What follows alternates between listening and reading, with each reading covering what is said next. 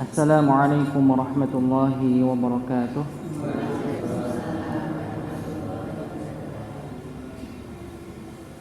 Alhamdulillah hamdan katsiran thayyiban mubarakan fih kama yuhibbu rabbuna wa yarda. Asyhadu an la ilaha illallah wahdahu la syarika lah wa asyhadu anna Muhammadan abduhu wa rasuluhu amma ba'd. Qala Allah ta'ala fi kitabihil karim, a'udzu billahi minasy syaithanir rajim. يا أيها الذين آمنوا اتقوا الله حق تقاته ولا تموتن إلا وأنتم مسلمون. وقال النبي صلى الله عليه وسلم من سلك طريقا يلتمس فيه علما سهل الله له به طريقا إلى الجنة. Bapak Ibu yang kami hormati, alhamdulillah kita bersyukur pada Allah Subhanahu wa taala yang telah memberikan kita kesempatan pada malam hari ini, masih memberikan kita kesehatan yang sekarang mungkin banyak di antara saudara-saudara kita yang terserang penyakit bapil batuk pilek banyak di antara saudara-saudara kita yang kena penyakit bapil karena kebanyakan musim katanya dan kebanyakan anak-anak juga demikian kebetulan juga anak saya dari hari Jumat kemarin demam sama bapil sampai hari ini. Alhamdulillah mudah-mudahan sudah turun demamnya tinggal batuk pilek sama lemesnya yang belum hilang. Dan kita di pertemuan sebelumnya kita libur satu kali pertemuan kita libur dikarenakan pas bertepatan puasa Muharram puasa Muharram tanggal 10 Muharram karena termasuk puasa yang mulia sebagaimana Rasulullah SAW menyatakan afdalu siyamu Ramadan afdalu ba'da siyamu Ramadan, yaitu sebaik-baik puasa setelah puasa Ramadan adalah saum syahrullah Muharram. Sebaik-baik puasa setelah puasa Ramadan itu puasa Muharram. Wa afdalu salatu fardhah, sebaik-baik puasa sebaik-baik salat yang fardu 5 kali sehari itu adalah salatul lail, salat malam hari atau salat tahajud umumnya yang kita ketahui. Maka alhamdulillah dari kita banyak yang menjalankan, insyaallah menjalankan semua kemarin karena ini cuma 1 kali setahun iman-iman kalau kita tidak menjalankan puasa Muharram dan di dalamnya terdapat fadilah atau keutamaan yang sangat besar sekali. Apa itu, Bu? Keutamaan puasa Muharram? Dihapusnya puasa dosa setahun sebelumnya. Setahun dosa sebelumnya dihapus 1 tahun Jadi kalau kita nggak puasa eman-eman sekali karena cuma sekali setahun. Sebelumnya ada puasa lagi, Bu. Kalau puasa Asyura tanggal 10 Muharram. Kalau sebelumnya 9 Muharram Tasu'a. Jadi puasa Tasu'a ini sebagai pembeda antara puasa kita dengan puasanya orang Yahudi. Orang Yahudi. Jadi kalau di kitab Yadul Ma'ad itu Ibnu Qayyim menyebutkan puasa Muharram ini dibagi 3 menurut beliau Yang pertama puasa tanggal 9, 10 dan 11 3 hari begitu Baru setelah itu puasa 2 hari 9 dan 10. Berikutnya yang terakhir baru puasa Asyura 1 kali saja. Kalau memang kita nggak bisa 3 hari, 2 hari. Kalau nggak bisa 2 hari, baru yang 1 hari begitu Jadi boleh kita puasa Asyura saja puasa pada tanggal 10 Muharramnya. Walaupun ada beberapa ulama yang kurang sepakat ketika puasa itu saja, karena memang anjuran dari Rasulullah itu puasa ketika tanggal 9 gitu nggih. Dan para ulama biasanya menggabung ya Tasu'a dan Asyura. Tapi nggak masalah, ini ada sebagian saja. Tapi sebagian lain tetap membolehkan kita puasa Asyura saja ketika memang kita tidak mampu untuk menjalankan keduanya atau ketiganya. Ya. Maka di situ yang uniknya Bapak Ibu sekalian, di hadis ini menyebutkan syahrullah, bulannya Allah. Dari 12 Muharram, dari Muharram sampai Dzulhijjah, 12 bulan ini yang disebut bulannya Allah itu cuma bulan Muharram. Bulan Ramadan tidak disebut syahrullah. Kalau bulan Ramadan disebutnya bulan apa Ibu Bapak? Syahrul Quran, Syahrul Syam, karena satu bulan pun kita puasa ya begitu ya. Kalau bulan, kenapa Allah Subhanahu wa taala mencantumkan bulan Muharram itu dengan namanya? Karena ada keistimewaannya. Karena bukan sejak zaman Rasulullah saja, tapi sejak zaman para anbiya sebelumnya, bulan Asyura sudah menjadi bulan yang mulia. Masuk 4-4-nya ya. Tapi dari 4 ini yang diambil oleh Allah dengan namanya adalah bulan Muharram. Dan setiap apapun yang dia dengan nama Allah Subhanahu wa taala pasti ada kemuliaannya. Ya. Seperti kayak bulan tadi, bulan Muharram termasuk syahrullah. Ka'bah, masjid sebagai Baitullah, nggih. Sandarkan, jadi setiap dari sandarkan dengan nama Allah itu pasti mulia. Dan kita juga harus memuliakan. Jadi di bulan Muharram kita muliakan dikarenakan sebagai bulan Allah Subhanahu wa taala.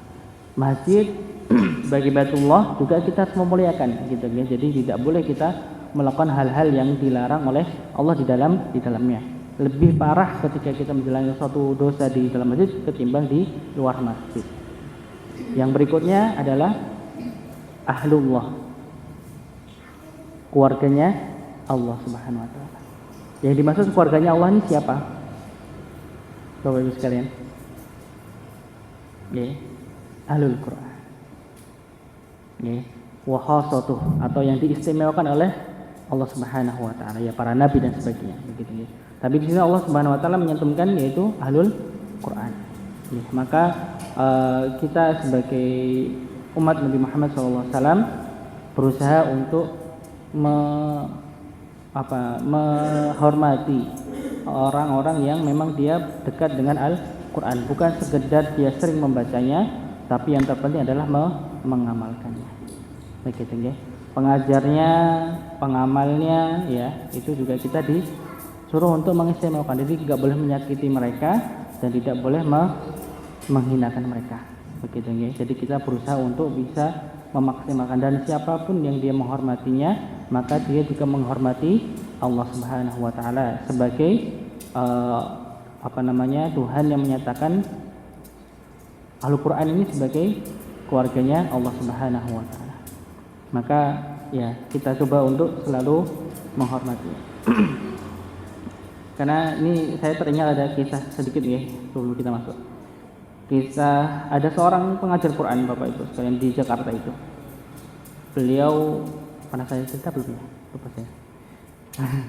Jakarta itu ada seorang guru Quran privat begitu ya. Beliau itu dikasih upah selama dia ngajar selama sebulan 2 juta. Ya, jadi seminggu sekali begitu ya. Nah, ketika itu beliau habis selepas ngajar, dia mendapati ada hewan milik dari muridnya tersebut yang dia bisa disuruh duduk begitu ya, berdiri begitu ya. Jadi kalau disuruh majikannya itu bisa apa yang disuruh begitu ya. Maka Ustaz ini takjub kagum sama hewan yang dimiliki oleh yang diajar begitu. Ditanya iseng, wah ini kok pandai sekali hewannya. Oh iya Ustaz, ini dilatih Ustaz. Yang latih juga profesional. Mahal Ustaz bayarnya. Oh berapa? Sebulan 6 juta. Kaget Ustaznya kaget. Itu dikarenakan beliau dikasihnya 2 juta per bulan itu, pelatih hewannya 6 juta. Setelah itu begitu ya. Setelah itu beliau sebulan nggak ngajar, nggak datang ke rumah murid tersebut. Maka murid tersebut tuh telepon, ya telepon kepada Ustaz, ini kok sebulan ini kita nggak pernah ngaji nih Ustaz, ada apa gitu. Oh Ustaznya iseng, wallahualam ya, Ustaznya ini nyindir atau sengaja, tapi sepertinya nyindir ya. Beliau mengatakan, wah maaf saya sudah ganti profesi. Ganti profesi apa Ustaz? Saya sekarang pelatih hewan sekarang. Jadi melatih menyindir gitu ya, menyindir. Ternyata walaupun mungkin tidak ada maksud mungkin ya untuk merendahkan Ustaz tersebut, tapi emang kenyataan yang ada sekarang begitu ya. Istilahnya yang harusnya kita lebih memuliakan, ternyata malah yang yang perkara dunia ini yang kadang lebih kita hormati dibandingkan yang orang yang mengajak kita untuk kembali kepada Allah Subhanahu wa taala. Gitu ya. Kita baca terlebih dahulu ya, ada beberapa yang pernah belum kita selesaikan sebelum kita masuk ke tadaburnya. Kita selesaikan terlebih dahulu, nanti saya baca, silakan ditirukan. A'udzu billahi minasy syaithanir rajim.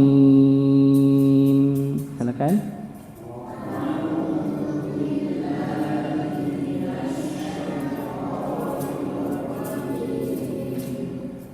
Bismillahirrahmanirrahim.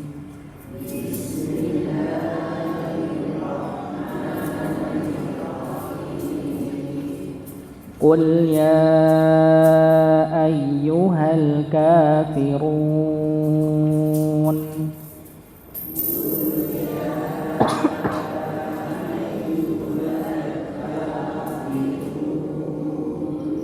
La a'budu ma ta'budun.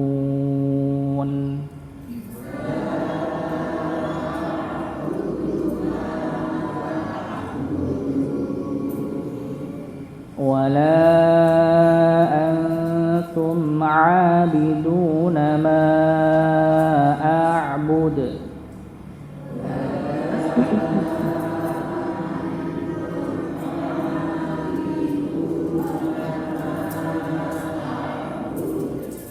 Wala ana 'abidum ma 'abadtum.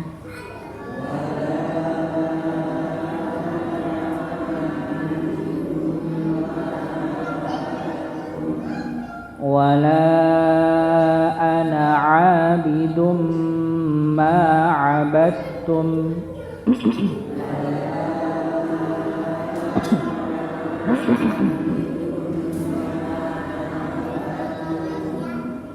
Wala antum 'abiduna ma a'bud.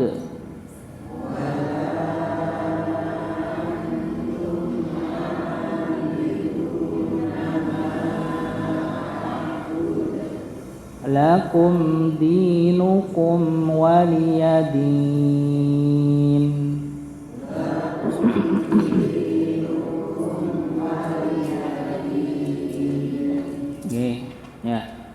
Kemarin kita sudah menjelaskan perkenaan tentang hukum bacaan di sini yang kita baca sampai ayat yang keempat kalau nggak salah saya ingat. Nah, di sini sudah kita jelaskan wala ana. Jadi lamnya dibaca empat harakat disebut sebagai mad jaiz dikarenakan alif bertemu dengan hamzah pada dua kata la dan ana. Berikutnya ana, ini dibaca pendek, tidak boleh dibaca pada wala ana nggak boleh, ya tepatnya dia dibaca satu harakat saja dikarenakan alifnya di atas terdapat ada lingkaran kecil di sini, ya lihat ya situ. Kalau kita lihat di Quran Indonesia itu tidak dituliskan, tidak dituliskan. Yang kadang nanti kalau orang yang belum paham kadang bacanya dipanjangkan padahal dia dibaca pendek. Nah, ini ketika kita dapati dan ini posisinya ketika di pertengahan ayat atau ketika kita sambung ketika kita menyambung bacanya. Wala ana'a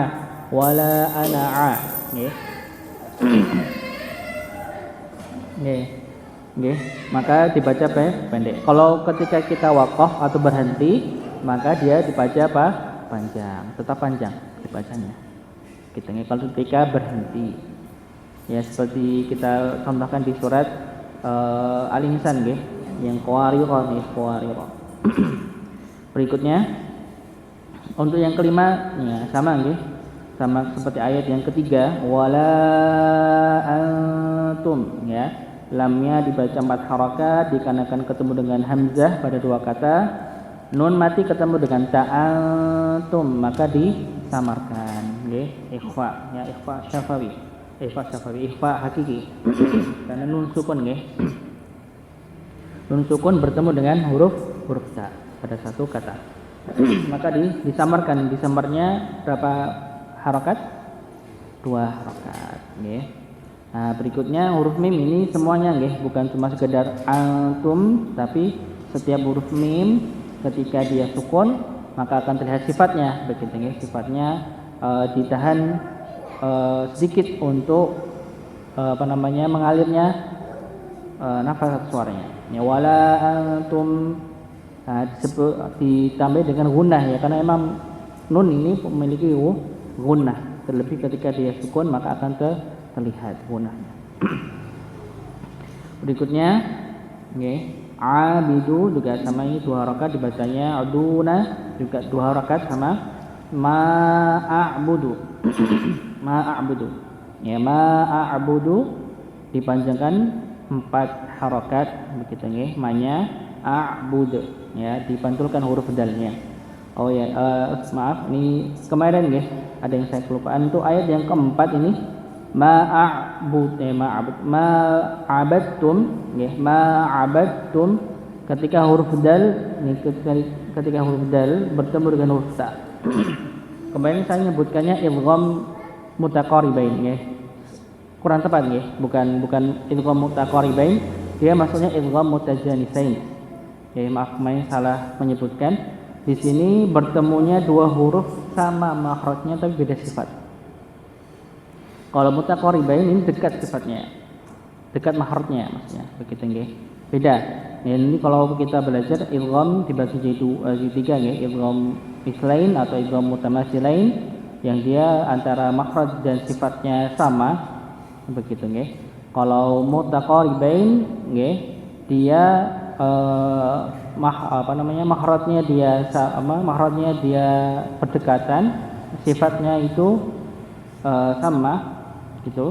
Kalau mutajanisain dia makhrajnya sama, beda sifatnya nggih. Jadi ini termasuk mutajanisain nggih. Kemarin saya nyebutkannya mutaqaribain nggih, bukan mutaqaribain tapi mutajanisain. Huruf dal ketemu dengan huruf ta, maka bukan dipantulkan abadtum tapi abadtum, langsung masuk ke ta. Begitu nggih. Ya. Terakhir ya, di ayat yang terakhir yang ke-6, lakum dinukum waliyadin. Di sini kita sama nih baca huruf mim, lakum di, bukan lakum di. Nggih, jangan terputus begitu nggih, tapi dia sedikit mengalir. Lakum dinukum. Ya, lakum dinukum waliya. Begitu nggih. Bukan lakum dinukum waliya. Ya, jadi terpotong gitu ya. Sifat tawasutnya hilang jadi di huruf mim tersebut. Maka tetap dialihkan sedikit saja, lakum dinukum wa. Ya. Jadi biar sifat mimnya tidak hilang. Waliyadin ya, waliyadin. Waliyadin 1 huruf nih dua-duanya. Walaupun nanti kalau di kita belajar qiraah ya. Ini di ayat yang ke-6 ini ada perbedaan pembacaan. Kalau di Hafs itu bacanya seperti kita ya, baca lakum dinukum waliyadin. Ya, tapi kalau riwayat Syu'bah dia bacanya lakum dinukum walyadin. Lamnya jadi sukun. Ya, tapi ini untuk pengetahuan saja ya, bukan untuk kita praktekkan. Praktekannya kalau sudah ada ilmunya. Ya. Jadi kalau pernah kita sebutkan ya, Imam Asim ini punya 2 murid. Imam Asim ini punya 2 murid namanya Hafaz dan Syu'bah. Untuk muridnya Hafaz yang kita pelajari ini, kita bacanya qul hafaz lakum dinukum waliyadin. Tapi muridnya Imam Asim yang lain yang lebih senior namanya Syu'bah, bacanya waliyadin. Begitu. Ya, ini cuma perbedaan pembacaan saja. Maknanya sama.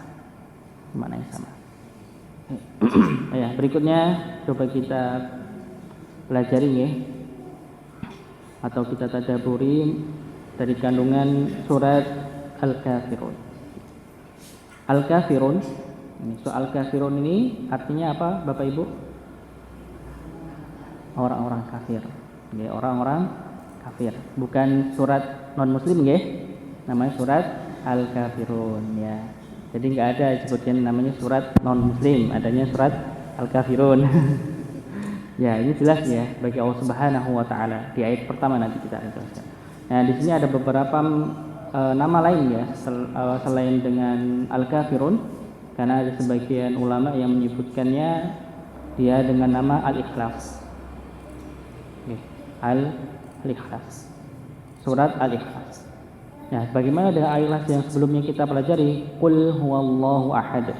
Ya, maka para ulama mengatakan ini Qul huwallahu ahad surat Al-Ikhlas. Nama lainnya masih ingat?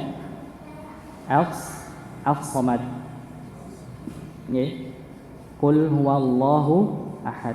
Allahu Samad. Ya, jadi ada nama lainnya Al-Samad. Nama yang kita pakai di Mushaf Indonesia umumnya ya, bukan Indonesia saja, di yang lainnya itu Al-Ikhlas. Jadi surat Al-Ikhlas yang pertama ini yaitu surat Al-Ikhlas yang kita baca, Qul huwallahu ahad. Dan surat Al-Ikhlas yang kedua itu surat Al-Kafirun. Yeah. Karena ini punya keutamaan 2 surat ini.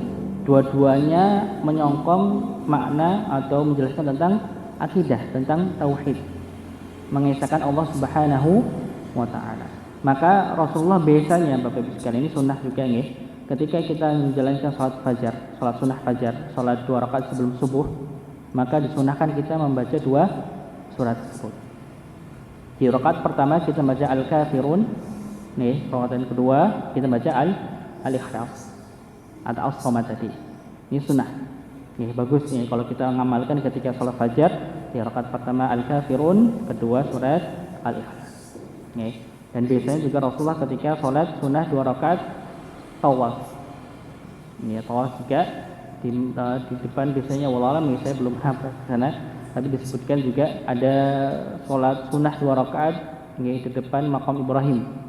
Situ 2 rakaat salat, di situ juga sama disunahkan untuk di awal dengan Al-Kafirun, kedua dengan Al-Ikhlas. Nih, tapi juga ada riwayat lain disebutkan ya, ini juga sunnah ketika kita menjalankan salat sunnah 2 rakaat setelah maghrib. Okay. Maka disunahkan juga kita untuk membaca pertama Al-Kafirun, yang kedua surat Al-Ikhlas. Sunnah ya, sunnah, jadi bukan keharusan. Boleh dengan surat lainnya boleh, tapi ada keutamaan tersendiri ketika kita membaca surah Al-Kafirun di rakaat pertama, rakaat kedua Al-Ikhlas. Dikarenakan Bapak Ibu sekalian, surat Al-Kafirun ini ya disebutkan dalam riwayat hadis, ini keutamaan bagi orang yang membaca ini, pahalanya setara dengan orang yang membaca rubu', 1/4 Quran. Pahalanya ini. Kalau surah Al-Ikhlas sebanding dengan 1/3 Quran. Kalau ini Al-Kafirun rubu' 1/4, kalau Al-Ikhlas 1/3. Begitu, ada keutamaannya. Bukan karena ketika nanti kita mau khatam baca 3 kali langsung khatam. Gitu ya. Ini keutamaan pahalanya. Sebanding dengan ketika kita baca 1/3 Al-Quran.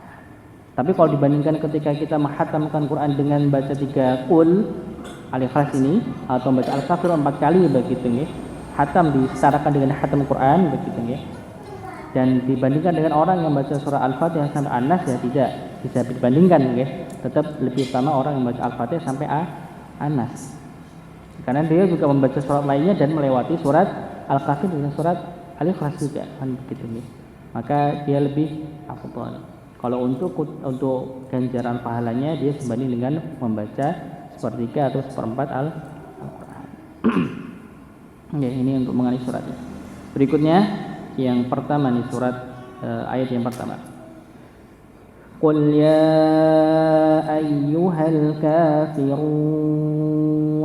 Ya, katakanlah Muhammad. Nah, ini Allah Subhanahu wa taala memerintahkan Nabi Muhammad untuk mengatakan apa? Ya ayyuhal kafirun. Wahai orang-orang kafir. Oke, bukan ya wahai orang-orang muslim. Ya, orang-orang kafir. Nah, dikarenakan apa? Ya, karena semenjak Rasulullah SAW ini menyatakan mengikrarkan kenabiannya, mengumumkan kenabiannya dan berdakwah secara terang-terangan, banyak pertentangan dari kalangan kafir Quraisy. Yang pertama dengan mereka menjatuhkan karakter Rasulullah dengan cara menjelek-jelekan Rasulullah dengan kata-kata apa Bapak Ibu? Biasa dalam Quran disebutkan as-sahir, penyihir. As-sahir, penyihir. Ya, as-sahir. Berikutnya kadzib, yang pendusta, berbohong. Yang berikutnya biasanya majnun, gila. Biasanya ada karakter-karakter yang menyebutkan Rasulullah demikian, dia menjatuhkan karakter Rasulullah. Ya, Rasulullah mengutarakan dakwahnya, tapi di sisi lain orang-orang memusuhinya dengan kata-kata, oh dia pembohong, dia gila, dia penyihir dan sebagainya. Ada yang mengatakan dia penyair dan sebagainya. Okay. Nah, ini adalah tuduhan bagi Rasulullah terhadap orang-orang kafir kepada Rasulullah SAW. Pertama dengan cara menjatuhkan mentalnya, menjatuhkan karakternya di hadapan manusia. Tapi mereka ternyata tidak membuat Rasulullah gentar, tidak membuat Rasulullah berhenti atas dakwanya. Makanya mereka dengan cara fisik, ya, cara fisik ingin membunuh Rasulullah SAW, ya, juga menyakiti para pengikutnya. Sebagaimana kita sudah tahu, ya, kayak Bilal bin Rabah juga disakiti dengan ditumpuknya batu yang besar, begitu, ya, di padang pasir, begitu sangat panas, ya.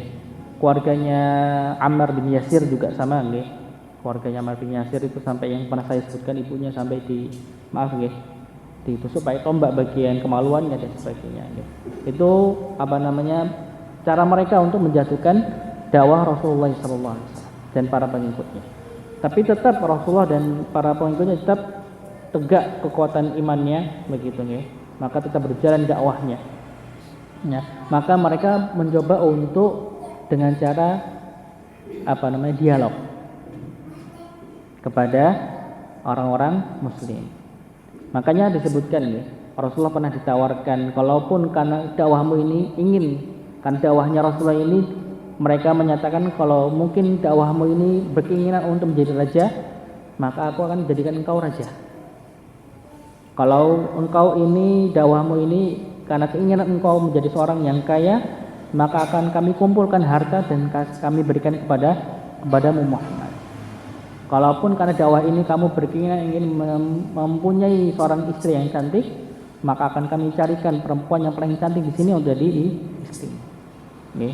Sampai demikian, sampai ujung-ujungnya mereka tetap ditolak oleh Rasulullah SAW. Karena keinginan mereka itu keinginan yang konyol, ya, yang aneh bagi Rasulullah, ini aneh gitu kan.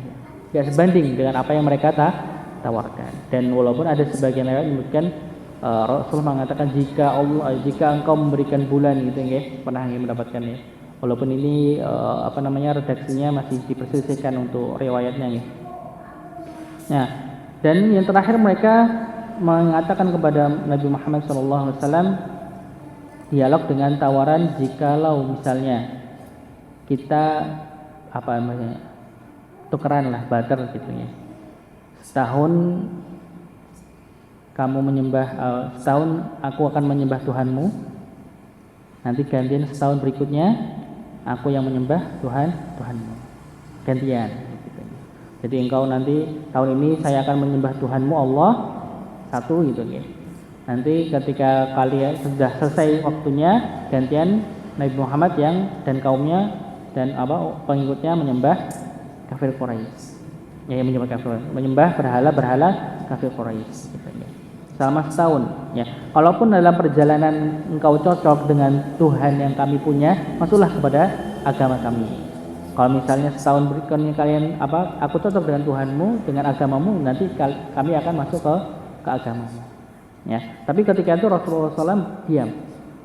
Ya, sampai di riwayat lain disebutkan Rasulullah mengatakan sebentar, saya masih menunggu wahyu, karena Allah Subhanahu Wa Taala belum menurunkan wahyu saat itu. Beberapa saat kemudian Allah Subhanahu Wa Taala mewahyukan kepada Nabi Muhammad, ya, dengan kata yang pertama, qul ya ayyuhal kafirun, katakanlah wahai Muhammad pada orang-orang kafir ini, la a'budu ma ta'budun, ya.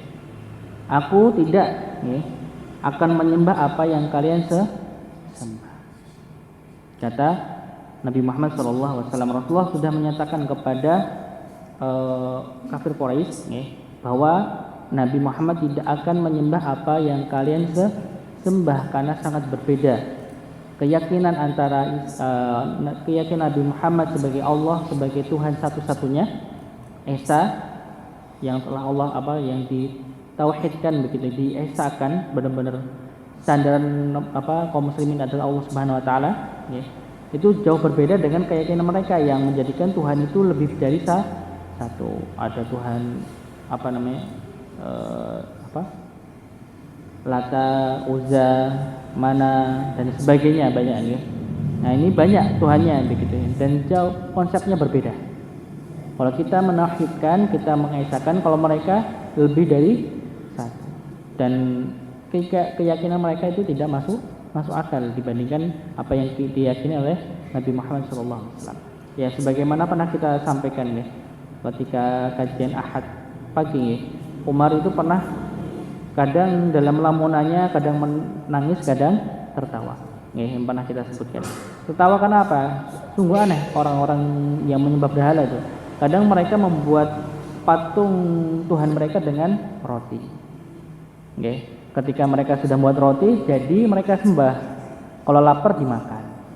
Jadi Tuhannya dimakan. Jadi nggak masuk akal begitu, Jadi nggak masuk akal. Jadi nggak akan selaras, nggak sama antara keyakinan kaum muslimin, keyakinan Nabi Muhammad SAW dibandingkan dengan keyakinan orang-orang kafir Quraisy. Maka Allah Subhanahu Wa Taala berfirman, la a'budu ma ta'budun, ya. Aku tidak akan menyembah apa yang kamu sembah. Ya. Berikutnya, Allah Subhanahu Wa Taala berfirman kepada Nabi Muhammad, menyampaikan ke kafir Quraisy, wala antum 'abiduna ma a'bud. Dan Allah Subhanahu Wa Taala mengatakan, dan kamu bukan menyembah, dan kamu bukan menyembah apa yang aku sembah. Kita sembahannya itu berbeda. Tidak mungkin mereka menyembah apa yang aku sembah. Tidak mungkin. Orang kafir akan menyembah apa yang dari keyakinan Nabi Muhammad SAW. Dan ini ayat yang ketiga ini sama, teksnya dengan ayat yang kelima, walaupun nanti secara pengertiannya berbeda. Pengertiannya berbeda. Berikutnya, wala ana 'abidum ma 'abadtum. Allah Subhanahu Wa Taala berfirman, dan aku tidak pernah menjadi penyembah apa yang kamu sembah. Nabi Muhammad menegaskan bahwa Nabi tidak akan menjadi penyembah atas Tuhan yang mereka sembah. Wala antum 'abiduna ma a'bud. Dan kamu tidak pula menjadi penyembah apa yang aku sembah. Lakum dinukum waliyadin. Dan kamu untukmu agamamu dan untukku agamaku. Di sini kita coba uraikan ya. Jadi ayat yang ketiga ini Allah Subhanahu Wa Taala berfirman kepada Rasulullah dan menyampaikan kepada kaum musyrikin, ya, ini diperuntukkan orang-orang musyrikin, musyrikin. Ya, para ahli tafsir menyampaikan salah satunya, ya, beberapa ahli tafsir menyampaikan bahwa wala antum aabiduna ma a'bud, ya, ini untuk orang-orang musyrikin. Sedangkan, ya, untuk ayat yang kelima wala antum aabiduna ma a'bud, yang kelima, ayat yang kelima ini diperuntukkan kepada ahli kitab. Walaupun teksnya sama.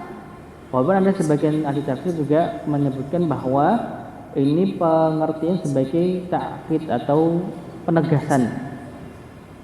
Tapi ada sebagian ulama yang berpendapat ini berbeda. Okay.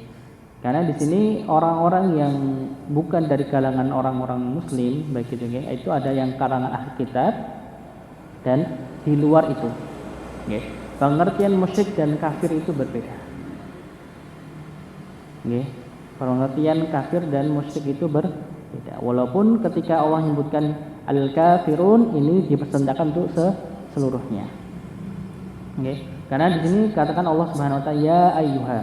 Kalau ini kan digabung antara dua panggilan yang sama tapi maknanya berbeda. Ya ini harfun nida, ini maksudnya kata yang menunjukkan panggilan untuk orang yang jauh. Kalau ayyuha, ha ini diperuntukkan orang yang dekat. Jadi siapapun orang kafir entah dekat entah jauh, Allah sampaikan, okay, bahwa Nabi Muhammad kaum muslimin, okay, tidak akan menyembah apa yang kalian sembah. Ya. Jadi beda, ya, antara orang musyrik dan kafir. Ya.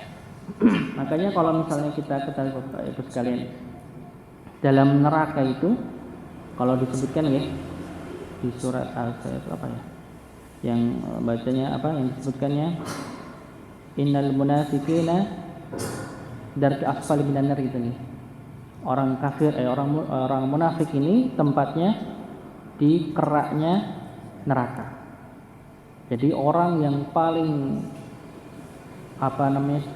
berat hukumannya bukan orang kafir dalam neraka, tapi orang munafik. Maka disebutnya darki asfali minan nar. Asfal itu tahta, tapi tahta berbeda antara asfal.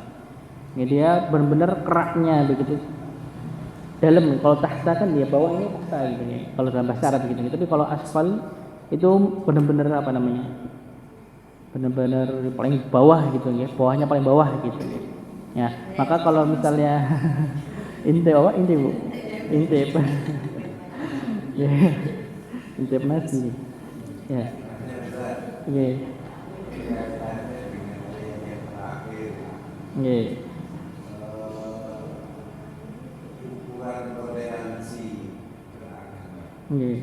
Kita di pemerintahan gitu, ya. Tapi besar mengajarkan jelas kalau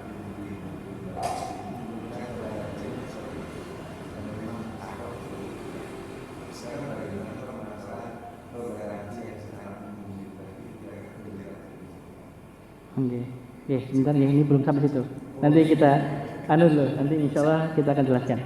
Ya, jadi Bapak Ibu sekalian, jadi di neraka ini, yang pertama orang yang paling dihukum oleh Allah Subhanahu Wa Taala ini orang munafik. Orang munafik kenapa kok Allah Subhanahu Wa Taala jadikan orang yang paling disiksa dibandingkan orang kafir? Ya. Dikarenakan orang munafik ini kelihatan zahirnya muslim, dalamnya kafir. Jadi dia musuh dalam selimut, bahasanya begitu. Lebih bahaya dibandingkan orang kafir. Orang kafir itu sudah terang-terang orang kafir dia, kan begitu, ya. Tapi orang munafik itu tidak seperti itu. Orang munafik itu kelihatan orangnya itu muslim, menyatakan KTP-nya muslim mungkin begitu, ya. Tapi dalam perilakunya dia memusuhi Islam. Itu orang munafik dan berat hukumannya. Makanya Allah menyebutkan dia hukumannya di tempat paling bawah neraka jahanam. Ya. Maka setelah orang munafik, yaitu orang murtad, orang yang keluar dari Islam. Kenapa kalau Allah Subhanahu wa taala menjadikan orang murtad ini beratnya setelah orang munafik? Dikarenakan orang murtad ini sebelumnya sudah mendapatkan kebenaran, mendapatkan hidayah Allah Subhanahu wa taala, tapi dia menolaknya, berpaling, maka hukumannya lebih berat setelah orang-orang munafik. Nah, setelah itu baru orang musyrik. Musyrik. Ya. Baru orang kafir, baru orang mukmin yang dia berdosa, orang-orang yang melakukan dosa-dosa besar.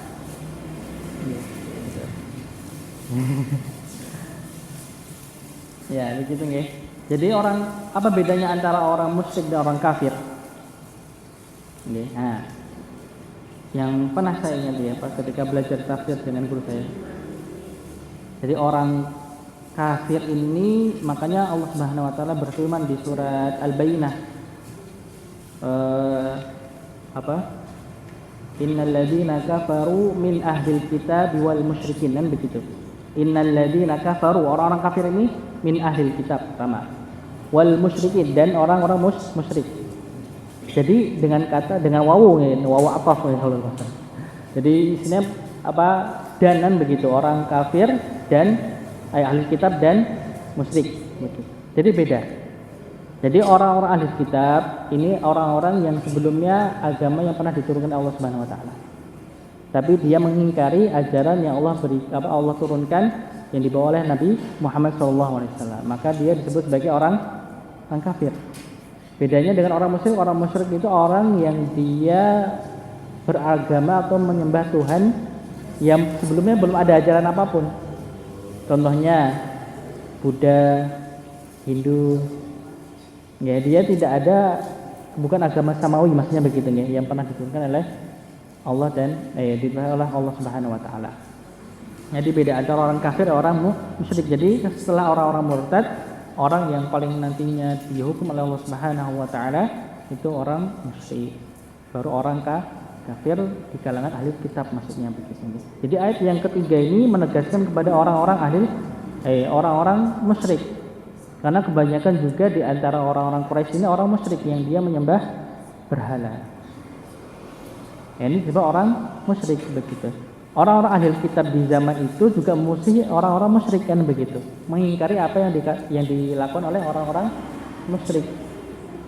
Beda. Beda antara orang musyrik dan orang kafir. Dan kadang wallahu alam ada yang yang saya tahu memang itu berbeda walaupun ada sebagian yang menganggap itu sama, tapi penyebutannya kadang sama. Makanya Allah Subhanahu wa taala berfirman, innal ladzina kafaru min, dari ahli kitab, wal musyrikan begitu. Tapi mereka mencakup ahli kitab, penyebutannya sama tapi maknanya berbeda. Makanya ketika ayat yang kelima ini para ulama tafsir sebagiannya menyebutkan bahwa ini untuk ahlul kitab, entah orang musyrik maupun ahlul kitab, sama-sama kita tidak menyembah apa yang mereka sembah. Ya, makanya di sini dinyatakan di ayat terakhir, lakum dinukum waliyadin, lakum dinukum waliyadin, atas agamamu, ya itu agamamu, agamaku agamaku. Tapi disebutkan ada yang mengatakan itu ibadahmu, ibadahku, atau ganjaranmu ya ganjaranmu, ganjaranku ya. Karena ada yang menafsirkan sebagai ibadah, ada yang jaza. Manalakum dinukum waliyadin. Nah, berkenaan masalah ini toleransi untuk menerapkan ini ya, ini sebenarnya saya tegaskan juga untuk lakum dinukum ini konteksnya antara mukmin dan kafir Kadang ada orang yang memakai antara muslim dan muslim, ngawur. Misal contohnya ada kejadian seperti itu.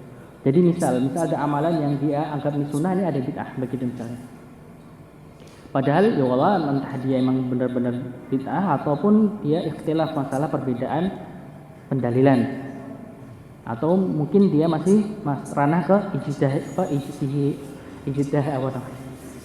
ijtihadiyah begitu ya, ijtihadiyah atau furu'iyah maksudnya ke cabangnya. Nah, kurang pantas sebagai seorang muslim ketika mendapati perbedaan yang sebenarnya dia masih kategorinya masih furu', masih cabang. atau masuk ijtihad para ulama atau mengatakan dengan kata ini lakum dinukum waliyadin, ya udah ini ajaranmu, ini agamamu, ini ibadahmu, ini ibadahku. Ini kurang apa namanya ya, kurang bagus ya. Ini ngawur gitu, nggak bagus. Ini kata-kata Allah Subhanahu Wa Taala ini peruntukan orang kafir. Maka tidak baik kalau misalnya kita sebutkan kepada saudara kita yang berbeda amaliyahnya, gitu, kurang pas begitu. Karena ada yang sebagian ngambil pakai kata-kata ini diperuntukkan untuk saudaranya, itu kurang pas. Ya, ini diperuntukkan untuk orang Muslim dan orang kafir, ajarannya yang berbeda jauh begitu ya. Nah, berbeda. Untuk apa tadi ya, toleransi ya, sikap kita sebagai Muslim ya. Jadi kalau toleransi, kalau dalam Islam itu kita tidak mengganggu begitu ya. Tapi kalaupun kita istilahnya mengikuti ajaran yang mereka lakukan, itu tidak diperkenankan ya, tidak boleh. Apa namanya, misalnya kita apapun ya, ritual apapun yang itu bukan dari ritual kita, maka tidak boleh kita mengikutinya. Walaupun nanti itu ada jabaran tersendiri ya. Ada jabaran tersendiri seperti yang pernah kita sebutkan 6 hak seorang muslim itu nih.